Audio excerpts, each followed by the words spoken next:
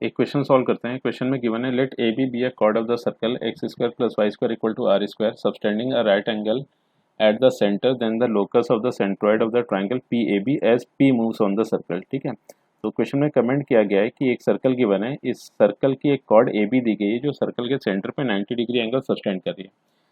साथ ही साथ सर्कल के सर्कमफेरेंस पे एक मूवेबल पॉइंट पी गिवन है जो कि सर्कल के सर्कमफेरेंस पर मूव कर रहा है। तो इस केस में सर्कल के सेंट्रॉइड का लोकस क्या होगा। तो एक काम ये कर लेते हैं कि रफ स्केच ड्रॉ कर लेते हैं सबसे पहले। तो इसका तो ये अपने को एक्स डैश मिला एंड ये हो गया वाई एंड वाई डैश।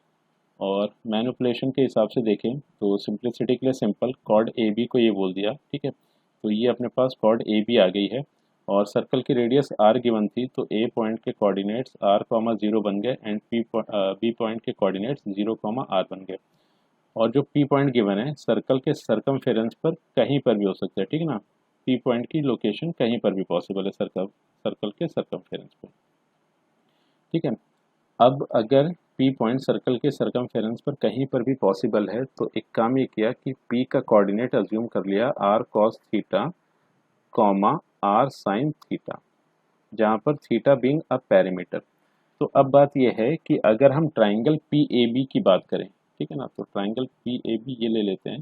तो अगर हम ट्राइंगल पी ए बी की बात करें तो ट्राइंगल पी ए बी का जो सेंट्रॉइड होगा, ठीक है, उसका लोकस हमें लिखना है। तो बात यह है जब हम लोकस लिख रहे होंगे तो ये थीटा पैरामीटर भी उस लोकस में आ जाएगा। तो अब हमारा ऑब्जेक्टिव ये है कि थीटा को एलिमिनेट करके हमारे पास जो भी रिजल्टेंट इक्वेशन आएगी वही अल्टीमेटली इस ट्राइंगल पी ए बी के सेंट्रॉइड का लोकस हो जाएगा। ठीक है, तो सेंट्रॉइड के कोऑर्डिनेट अज्यूम कर लेते हैं यहाँ से h कॉमा के। तो अब हमारा ऑब्जेक्टिव ये है कि h एंड k में हमें एक इक्वेशन लिखनी है और उस इक्वेशन में अगर हमें थीटा मिल जाता है तो थीटा को एलिमिनेट करना है। और जैसे ही हमें फाइनल इक्वेशन मिलेगी तो स्मॉल h को x से एंड k को y से रिप्लेस कर देंगे, तो इस तरह से हमें फाइनल आंसर मिल जाएगा। ठीक है, तो अब अगर हम देखें तो इस तरह से हमारे पास पी ए बी के कोऑर्डिनेट्स गिवन है।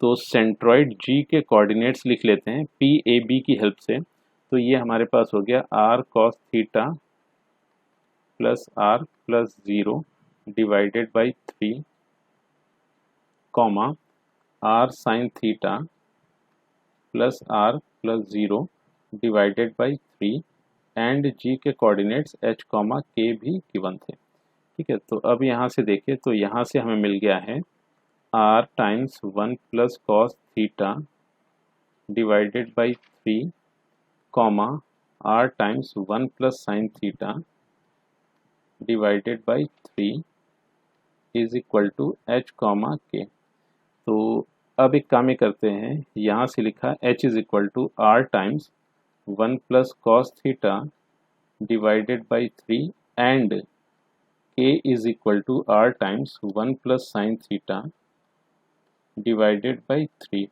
तो फर्दर सिंप्लीफाई करें तो यहाँ से हमें cos थीटा मिल गया है 3h। इसको सिंप्लीफाई करें तो यहाँ से हमें मिल जाएगा 3h minus r divided by r and sine theta की वैल्यू यहाँ से हमें मिल जाएगी 3k minus r divided by r. ठीक है, तो ये हमें cos theta and sine theta की वैल्यू मिल गई है। तो अब हमारा ऑब्जेक्टिव ये था कि हम h एंड k में एक इक्वेशन लिखें और अगर उस इक्वेशन में हमें कहीं से थीटा मिल रहा तो थीटा को एलिमिनेट करें। अब थीटा हमारी तरफ से इंट्रोड्यूस किया गया पैरामीटर था, या फिर यूँ कहे कि थीटा एक पैरामीटर था। तो जैसे हम थीटा को एलिमिनेट करेंगे हमें रिक्वायर्ड लोकस मिल जाएगा। तो एक काम ये किया कि थीटा को एलिमिनेट करने के लिए एक standard identity cos square theta plus sine square theta equal to 1 use कर लेते हैं। तो जैसे ही इस आइडेंटिटी का इस्तेमाल किया तो यहाँ से हमें रिजल्ट मिल गया 3h माइनस का r बाई आर का whole square plus 3k minus r बाई आर का whole square equal to 1। Further simplify करें तो ये हमें यहाँ से मिल गया 3h माइनस आर का whole square plus 3k minus R का whole square is equal to are square. अच्छा, एक काम ही कर लेते हैं कि यहाँ से ये 3 कॉमन किया एंड यहाँ से ये 3 कॉमन किया। अब 3 स्क्वायर के अंदर से बाहर आ रहा था, मतलब 3 जैसे ब्रैकेट से बाहर आएगा तो बाहर ये 9 बन जाएगा, यहाँ से भी 3 बाहर लेंगे तो बाहर 9 बन जाएगा और उस 9 से पूरी इक्वेशन को डिवाइड कर दें। तो फर्दर रिजल्ट हमें मिल जा रहा है h माइनस आर बाई 3 का whole square plus k minus r by 3 का whole square is equal to are square by 9। और अगर हम h को x एंड k को स्मॉल y से रिप्लेस कर दें तो फाइनली हमें आंसर मिल रहा है x माइनस आर बाई 3 का whole square plus y minus r by 3 का whole square is equal to r by 3 का होल स्क्वायर।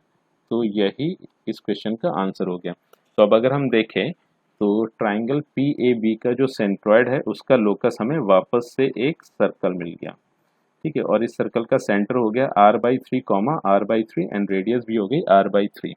तो अगर हम ऑप्शंस देखें तो उस हिसाब से option B is correct choice, ठीक है। तो इस क्वेश्चन में option B is the correct choice.